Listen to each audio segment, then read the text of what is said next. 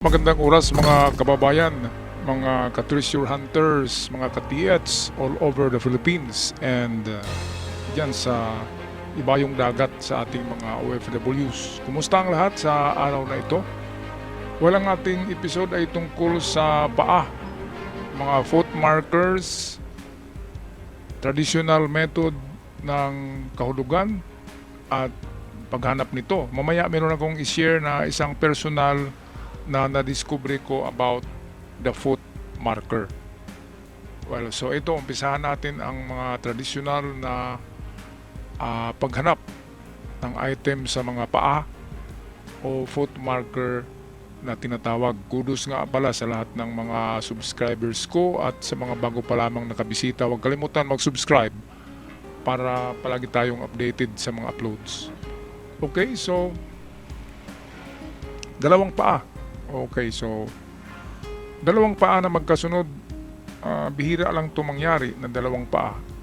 Pero kapag dalawang paa ang nilagay nila, yan ay legit na talaga dahil dalawang paa. Hindi yan gawa ng nature. Minsan kasi ang kalikasan ay gumagawa ng parang mga foot marker na hugis. Kaya minsan tayo ay medyo na di ba? Naligaw. Kasi gawa lang pala ng kalikasan. Pero kapag ganitong dalawa ay hindi na yan gawa kasi magkasunod na eh. So ibig sabihin nito ay maglakad pa tayo ng malayo sa unahan. Ayan, so trail marker siya. So paano ba hanapin yan? Well, halimbawa ito yung mga paa. Ito yung paa atin lang niliitan. So, pupunta tayo sa unahan dito. Ngayon, ano bang mga sukat niyan, di ba? Ano bang distansya? Well, bawat paa ay 7 to 9 meters yan eh. Ang pinakamaliit na paa ng Korean ay 7, 9 meters pinakamalaki. Kaya 7 to 9 meters ang distansya ng bawat paa. So kung dalawang paa na, that is pinakamalayo niyan ay 14 to 18 kasi times 2 na eh. 18 meters. So ito yung pinakamalayo na marating at mag-umpisa sa 7 to 9 meters. So mag-umpisa dito sa 7 to 9 meters, test dig. 7 to 9. And then of course, kapag wala, detect naman tayo papunta sa unahan. At i-detect nyo muna ang 7 to 9 kung positive bago kayo maghukay. At kapag nag-ikis dyan ng mga dowsing nyo, pwedeng meron. So, test dig dyan. Halimbawa, nag-detect ang dowsing at pendulum. So, hukay dyan. O kahit ang mga scanner nyo at ang metal detector kasi alam nyo naman na hanggang ano lang ang mga metal detector, di ba? Lalo na kapag China ay 2 dangkal lamang ang ma-detect niyan. Kaya wag na kayong gumamit ng China na detector kasi mababaw talaga yan. 2 ruler lang yan. Ibig sabihin 24 feet ang ma-detect ng Chinese metal detector. Mas maganda pa nga dyan ang dowsing tsaka pendulum kapag marunong kayo humawak. Ay mas maganda kasi kahit anong lalim ay ma-detect talaga yan ng dowsing at pendulum. Okay, so diretso tayo sa unahan. Kung hindi positive dyan, detect na naman tayo dito sa 14 to 18 meters. At kung saan dyan na i-case o mag-cross ang inyong mga locator, dyan kayo mag-test dig. So pinakamalayo ng 14 to 18. So dito lang yan ang mga banda. Dito, straight lang. Hawakan nyo lang yung dowsing nyo at maglakad kayo papunta sa 20 meters or 18. At kung saan mag-ikis, halimbawa dito, lagyan nyo ng kahoy, tusok. Tusukan nyo, lagyan nyo ng marker na yan ang inyong i-test dig. At kapag test dig, dapat magkaunawaan tayo na ang test dig ay 2 to 3 meters lamang. So 2 to 3 meters lamang ang test dig. Walang test dig na 4 meters, 7 meters, 10 meters. Kasi kung wala talagang man-made object sa 3 meters or 2 meters. Ano ba yung mga man-made object? Of course, basag na plato na panahon ng hapon, basag na buti na panahon ng hapon. Meron ding hindi basag na buti, meron ding hindi basag na plato. Meron ding basag na mga jars, mga maliliit na jars yan. Yung nilagyan ng sake wine. Yung bino ng hapon ay gawa kasi yun sa bigas. Kaya sake wine. Kapag mayroong ganun, mga kulay asul yan, kulay puti asul. Ang plato nila kulay puti asul din. Kapag mayroong mga ganyan sa 2 meters deep, positibo na yan na go deeper. Okay, punta tayo sa pangalawang kahulugan ng paa. Ito yung nag-cross na paa. So bakit nag-cross ang paa? Well, kung atin yan i-literal, X yan. Ano ba ibig sabihin ng X? Ang X ay target yan eh. So dyan na yan. So ibig sabihin itong sintro ng dalawang paa. Subukan nyo nga, i-kiss nyo ang inyong legs, di ba? Tatayo kayo tapos i-kiss. Ibig sabihin yan, treasure down under. Hindi pa ako nakakita ng ganito. Kasi kapag nakakita ka ng ganyan, swerte talaga yan at jackpot. Yung baliktad ng mga paa. Nag-crossfit. So nag-ikis siya. Kapag meron kayong nakita na ganyan, kahit walang daliri, kahit walang mga daliri, yan ay jackpot treasure sign. Treasure under sa mga marker na paa. So, ayan. Crossfit. Jackpot. Ito naman, jackpot din ito pero mahirap to hanapin. Kasi alam nyo itong box at may cross. Ang tama nito ay rectangle to eh. Dapat rectangle siya ganyan. Rectangle na may X. Yan ay, ang meaning niyan ay rice paddy o rice field. So ibig sabihin, nasa rice field ang item. Ngayon kung ang dalawang paa ay wala yan sa rice field, kung nasa bundok yan, tingnan nyo kung saan nakaharap. Kung nakaharap siya sa rice field, ang dalawang paa na ito nakaharap sa itong basakan o rice field. So tama ang description niya na treasure in the rice field. So yung rectangle na yan saka may X, rice field ang hanapin nyo. At sigurado ako kapag nakita nyo itong sign na to, ang rice field ay nasa 10 to 50 meters lamang. So 10 to 50 meters rice field na yan. Hindi kasi yan nilalagay sa malayo. Kaya nga paa kasi walking distance lang siya, walking distance. So ang pagtingin ng direksyon nito ay conventionally papuntang harapan. Pero minsan binaligtad ng hapon ang likod ang pointer. So yan, dalawang direksyon lang, north at south, ang paghanap ng rice field or palayan o itong humayan, mga ka-TS. Patuloy tayo sa iba pang foot marker. Ito akala nyo treasure na to Ito yung sinabi ko na kapag ikis, actually cross yan, hindi yan ikis. Perfect cross yan, nagaganyan yan. Ang kahulugan yan, kung X, ganyan ang X. At kapag X ay pwedeng treasure on the spot. Pero kapag cross nakalagay sa circle, and then nilagyan niya ng cross, X nga ala siya tingnan kasi nagaganyan, pero cross yan. Well, ito papakita ko sa inyo to itong ganitong ano sa tingin nyo to?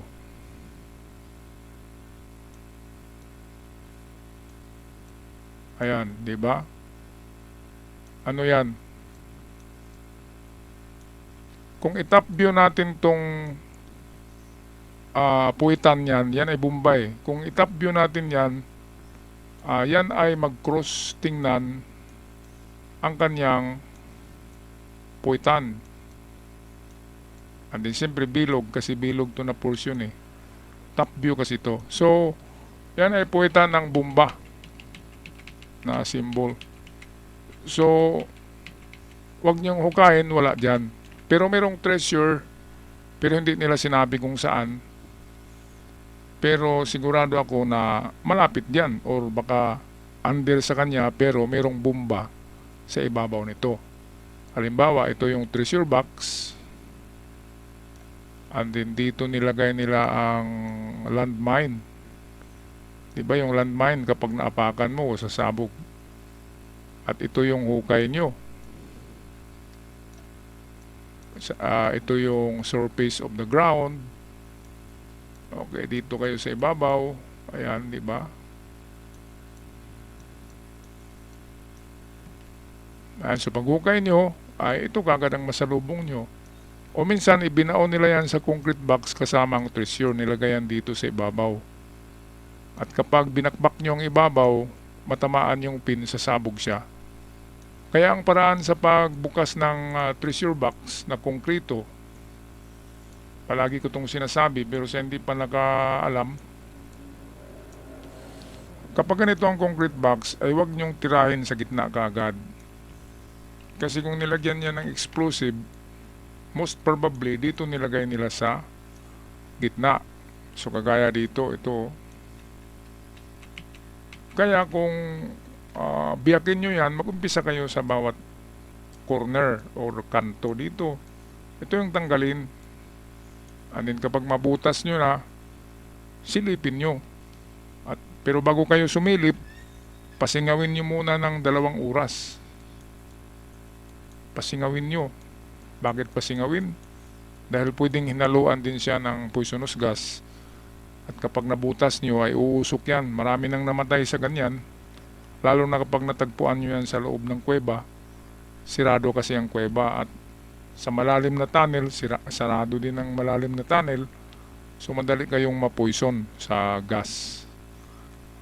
Pwede rin kung magulong nyo ang concrete box, ay pwede nyo tirahin dito sa bottom, sa baba, sa puwit. Pero hindi nyo yan magulong kasi nakaano yan sa lupa. Ganito yan di ba dito ito. Concrete box yan. Paano nyo magulong yan? Nakadikit nga yan sa lupa Tsaka limited lang yung espasyo sa tunnel. Kaya yung nagsabi na igulong, pwedeng igulong yan kung sa ibabaw ng lupa yan. Pero nasa loob kasi yan ng tunnel. Pero kung nasa kuweba, pwede nyo igulong at tirahin nyo ang puwit ng concrete box. Pero mabigat yan kapag may ginto. Kung mabigat ang semento, yan ay times 5 na mas mabigat kapag may item. Okay, so ano pang meron? Meron pa pala. Ito. So ito, 2 paa na pantay siya So ibig sabihin, stationary na siya. So hindi na siya maglalakad pa. Naka-stasyon na siya. Ibig sabihin, nandiyan na lang. Kung hindi man under, hindi man dito, ay dito sa harapan. Sa sinabi kong layo na 7 to 9 meters. Ayan. So ito, 2 feet usually means treasure trail has ended. And the deposit is either under the feet or in front, very close by. Tama ako ito yung nasa libro ng ama ko Ang libro na yon ay gawa ng isang treasure hunter sa England na 10 years nakatira dito sa Pilipinas. At sa ngayon, noon ay binigyan kasi ang father ko ng libro noong treasure hunter na yon. Pero ngayon kalat na yan sa kalat na yung libro na yan sa internet. Pero actually kung bibilhin nyo yan sa England via Amazons, kasi malayo, nasa 5,000 pesos yan. Kaya marami ang publish sa internet, pero page by page lang, hindi kumpleto. Okay, so meron akong balik muna tayo dito. Okay, kung wala dito sa baba o ilalim mismo ng marker na paahukain. Pero kung wala, Dito tayo sa front, pinakamalayo ay 9 meters. 7 to 9 kasi yan, pero kung wala sa 9 and 7, backtrack tayo papuntang 5. Ang 5 meters ay isa rin yan sa mga distansya na palaging meron item. Pero para mas sure, gamitan nyo ng dowsing rod, pendulum, locator dito sa harapan, At kung saan mag-ikis siya ng mabilis at malakas, yan yung spot na merong deposito. Ang dowsing ay mag-ikis yan kahit saan Pero obserbahan mo lang siya kung saan yung mabilis siya mag-ekes at mabilis at yung ma-feel mo yung lakas niya yung malakas siya na mag-ikis ka agad. Ang treasure kasi, may na-detect na ako na dalawang site na yan na positive Ang treasure kasi, hihigop talaga siya ng signal sa mga pendulum dowsing. At yung mga bato na may minerals, hihigop din yon. Pero ang unang hihigop talaga ay yung deposito. Kaya kung saan yung mas malakas, kaya sa paglakad mo papunta rito, maraming portion dyan na iikis ang dowsing. Pero obserbahan mo kung saan yung mabilis ang pag-ikis niya. Medyo humatak talaga siya, na feel mo sa kamay mo na humatak siya. At kung lumampas kay mabilis siyang outward papuntang likod mo. Kailangan mabilis talaga kapag positive. Meanwhile, kung madaanan mo yung mga minerals, mag-ikis din siya pero dahan-dahan. Yun ang kaibahan Marami ang hindi nakakaalam niya na sikreto, binunyag ko lang para yun ang gawin nyo sa inyong mga dowsing. Kailangan malakas, ma-feel mo yung lakas ng pagkilos ng dowsing. Yan yung positive. Pero doon sa mga ikis na dahan-dahan lamang at hindi bigla siyang mag-ikis, walang hatak sa kamay mo, ibig sabihin yan ay mga minerals yan. Pero ganun pa man, kahit mahina dahil mayroong foot marker, ay hukayin nyo rin dahil baka nga sobrang lalim siya kaya mahina ang hatak.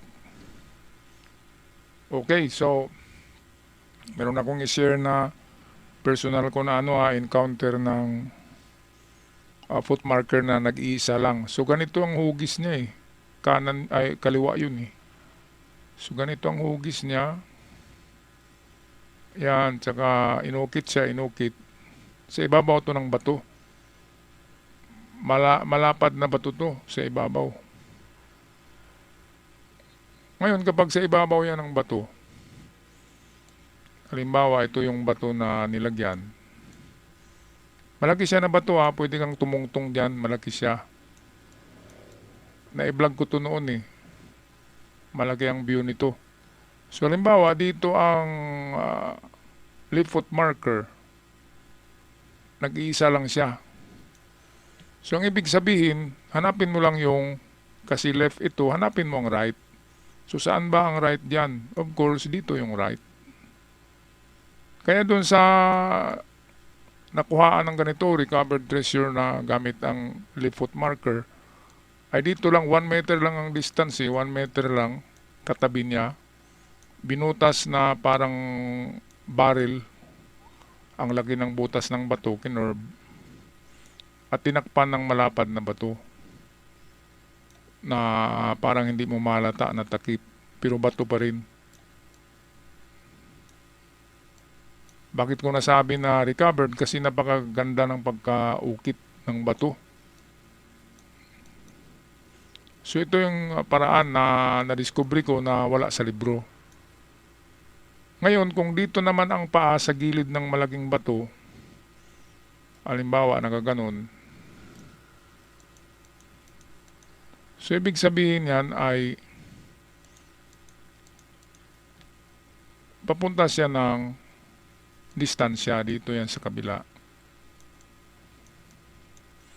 Kung treasure inside the rock na footmark, dapat merong dot. Ang tikod o sa gitna, merong dot ibig sabihin yan ang item ay nasa loob ng bato na ito na malaki. Okay, so yan lang aking may share sa inyo mga katiyats tungkol sa sikreto ng foot marker. Merong nakakuha niyan, personal na napuntahan ko yung nakuhaan at ito yung dinescribe ko ngayon sa inyo ay napakaganda.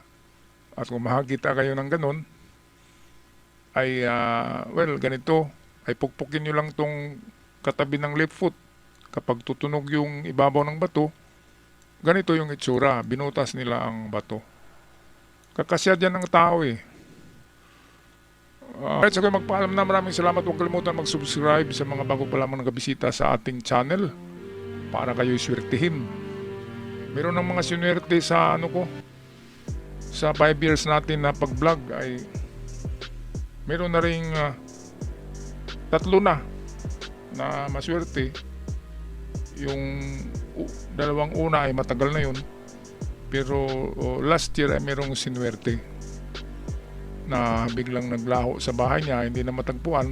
Kahit mga kapitbahay hindi alam kung saan pumunta, at yun ay palaging kasama namin sa pag-detect sa bundok.